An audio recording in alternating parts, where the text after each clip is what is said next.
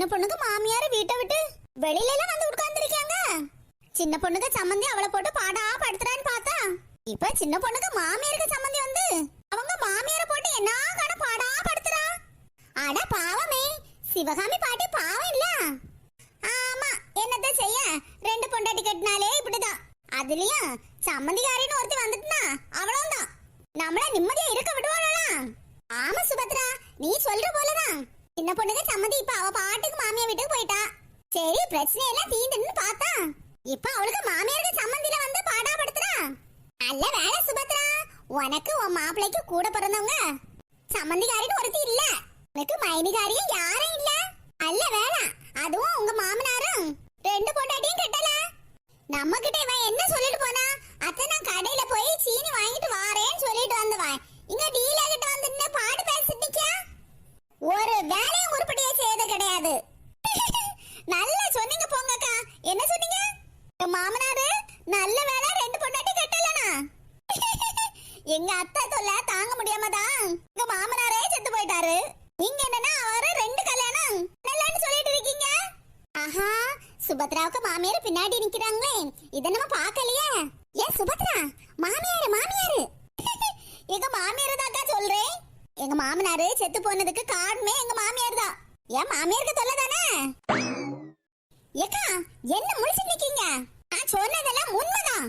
அடியே, எதுக்கு அடியே இடியேன்னு கிடக்குறீங்க? ஒரு ஆள்கிட்ட பேசிட்டு இருக்கும் போது வந்து டிஸ்டர்ப் பண்றது.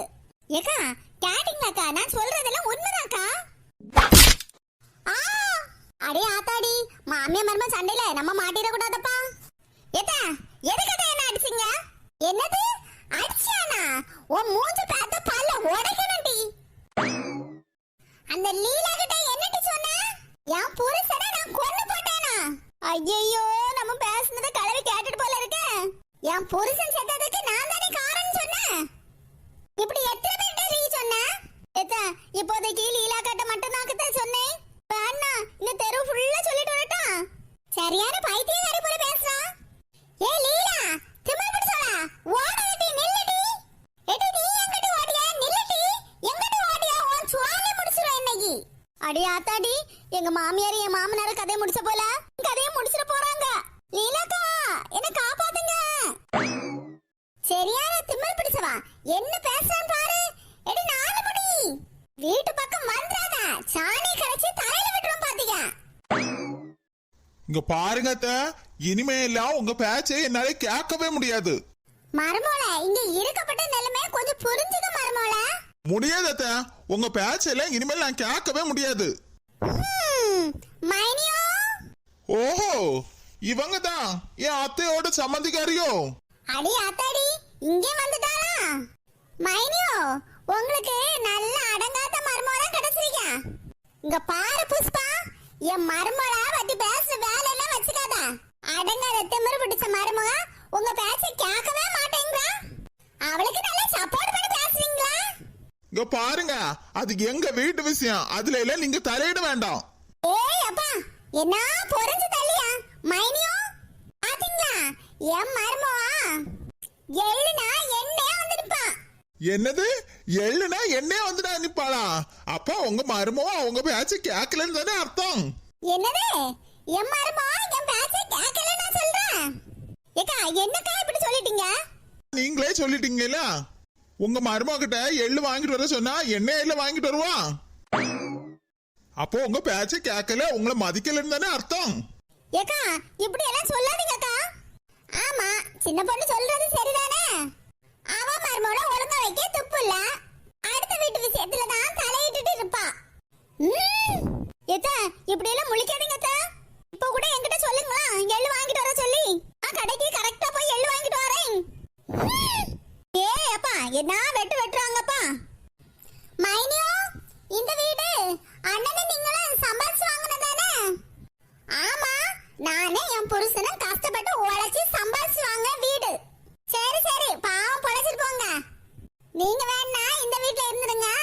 ஆனா அந்த வீடு எப்பவும் என் பேர்ல தான் இருக்கணும். என்னது, வீடு இவங்க பேர்ல இருக்கணுமா? மைனியோ, மரியாதையா அந்த வீட்டுக்கு எனக்கு எந்த சம்மதமும் இல்லைன்னு இந்த பத்திரத்துல கையெழுத்து போட்டுதாங்க. அடி ஆத்தாடி கிளவி சரியான ஆளா இருக்காங்களா? பத்திரத்தை நீட்டி கையெழுத்து போடுன்னு சொல்றாங்க. கையெழுத்துக்கு தான் இவ்வளவு ஆர்ப்பாட்டமா? கொண்டு வாங்க. எத்த கையெழுத்து போட்டு உங்க சம்மந்திக்காரி மூஞ்சில வீசுங்க. என்ன மர்மம் இப்படி சொல்ற? அது நம்ம வீடு. இருக்கட்டும் அத்த, அதான் நமக்கு இன்னொரு வீடு இருக்குல்ல. உங்க சம்மந்திக்காரி ஆசையா கேக்குறாங்க, கையெழுத்து போட்டு கொடுங்க அத்த. ஏய் சின்ன பொண்ணு, உனக்கு பைத்தியமா பிடிச்சிருக்கு? உன் மாமியாரே அவ சம்மந்திக்காருக்கு பயந்து போய் வீட்டை விட்டு வெளிய வந்திருந்தா, நீ என்னன்னா வீட்டு பத்திரத்துல கையெழுத்து போட்டு அவ பேருக்கு எழுதி கொடுன்னு சொல்லிட்டு இருக்க? ஆமா அதானே. என்ன சின்ன பொண்ணு நீ இப்படி பேசிட்டு இருக்க? பரவாயில்லையே என் மைனிகாரியோட மரமவா அடங்காதவா திமிரு பிடிச்சவா நினைச்சேன். கடைசியில நம்ம வலிக்கு நமக்கு சப்போர்ட்டா பேசுறாள. அப்ப நல்ல பிள்ளையதான் இருக்கான். வந்த வேலை இவ்வளவு சீக்கிரமா முடியும்னு நான் நினைச்சு கூட பார்க்கல. இந்த நெட்டைச்சிக்கிட்ட நல்ல பேசி எடுத்து அவ போன் நம்பரை வாங்கி எடுத்து நல்ல ஃப்ரெண்ட்ஷிப் ஆகணும். பாத்தியா என் மைனிகாரியோட மரமோ எவ்வளவு புத்திசாலியா இருக்கான்னு? நீயே இருக்கே எத்த பேசாம இரு. வீடு என் பேருக்கு வர போகுது. எத்த பத்திரத்தை கையில புடிங்க. நான் வீட்டுக்குள்ள போய் பெண் எடுத்துட்டு வரேன். கையெழுத்து போடணும்ல. இங்க பாரு சிவகாமி, உன் மருமனுக்கு புத்தி கெட்டு போச்சான்னு தெரியல. அவ சொல்றது கேட்டு கையெழுத்து போட்டுறாத. எப்பாடா வந்த வேலை சீக்கிரமா முடிய போகுது.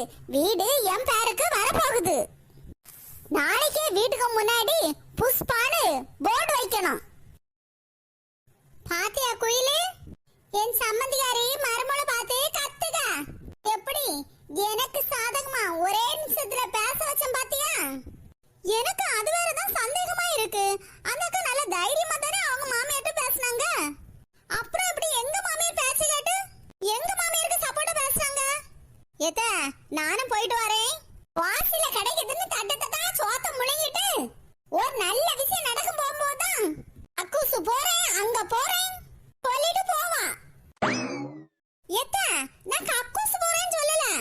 சின்ன பொண்ணக்கா பெண் எடுக்க போறேன்னு சொன்னாங்கல்ல, அவங்க நல்ல பெண்ணா எடுத்துட்டு வராங்களான்னு போய் பார்க்க போறேன்.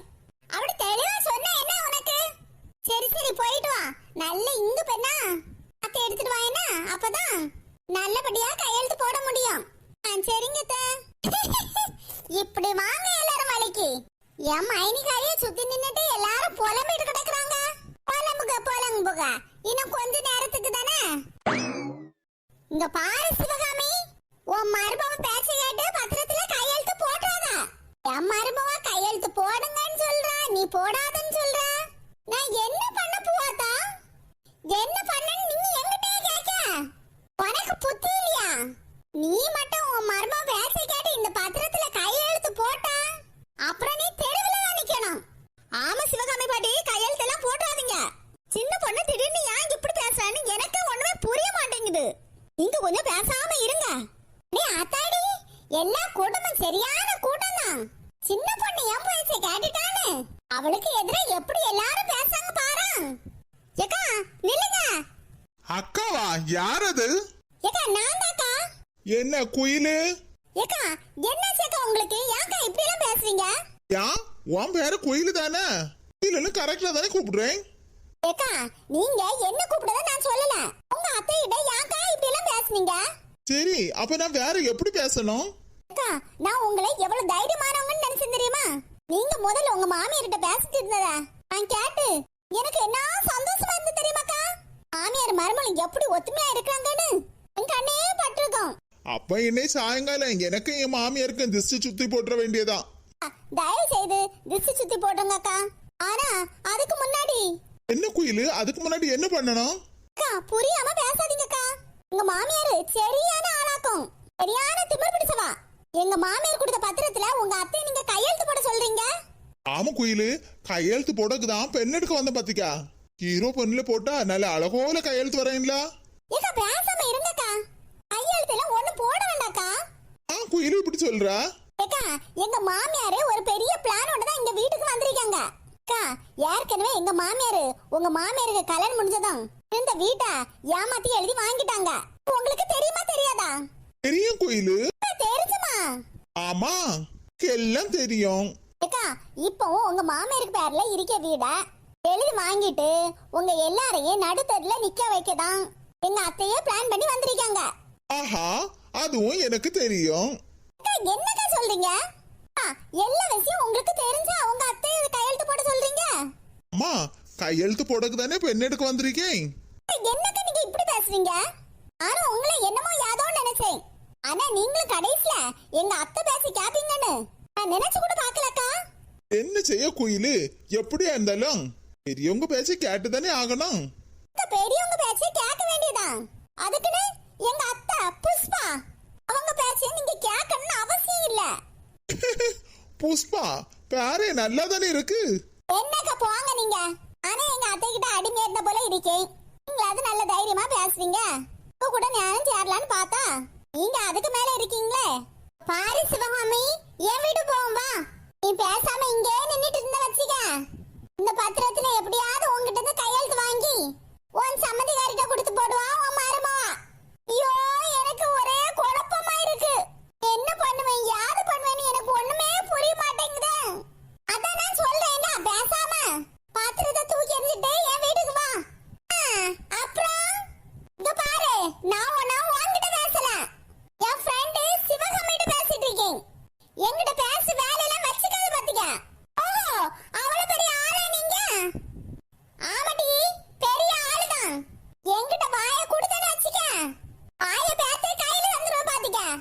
சும்மா ஊரு பூரா ஏமாந்தவன் யாரு இருக்கா? ஏமாத்திட்டு கிடைக்கியோ? மைனோ, என்ன பாத்துட்டு இருக்கீங்க? உங்க ஃப்ரெண்டு ரொம்ப ஓவரா பேசுறா. அப்படிதான் பேசுவேன், அப்படிதான் பேசுவேன். எனக்கு என்ன? ஏக்கா, எங்க அத்தை கொடுத்த பத்திரத்துல புஷ்பான்னு எழுதிருக்குன்னு சொன்னாங்கல்ல, அது போய்க்கா. என்ன சொல்ற குயிலு? ஆமாக்கா, அந்த வீடு பத்திரம் உங்க வீடு பத்திரத்தோட ஜெராக்ஸ். அதுல உங்க அத்தை பேரு தான் இருக்கு. எங்க அத்தை நடு வீட்ல இருந்து பிரச்சனை பண்ணாங்கல்ல, அந்த பதட்டத்துல உங்க அத்தை தப்பா படிச்சிட்டாங்க. அதுல உங்க அத்தை பேரு தான் இருக்கு, எங்க அத்தை புஷ்பா பேரு இல்ல. ஓஹோ, அப்படியே குயிலு. அப்ப சரிதான், ஒரு ஹீரோ பெண்ணுக்கு பதிலா 2 ஹீரோ பெண்ணை எடுத்துட வேண்டியதான்.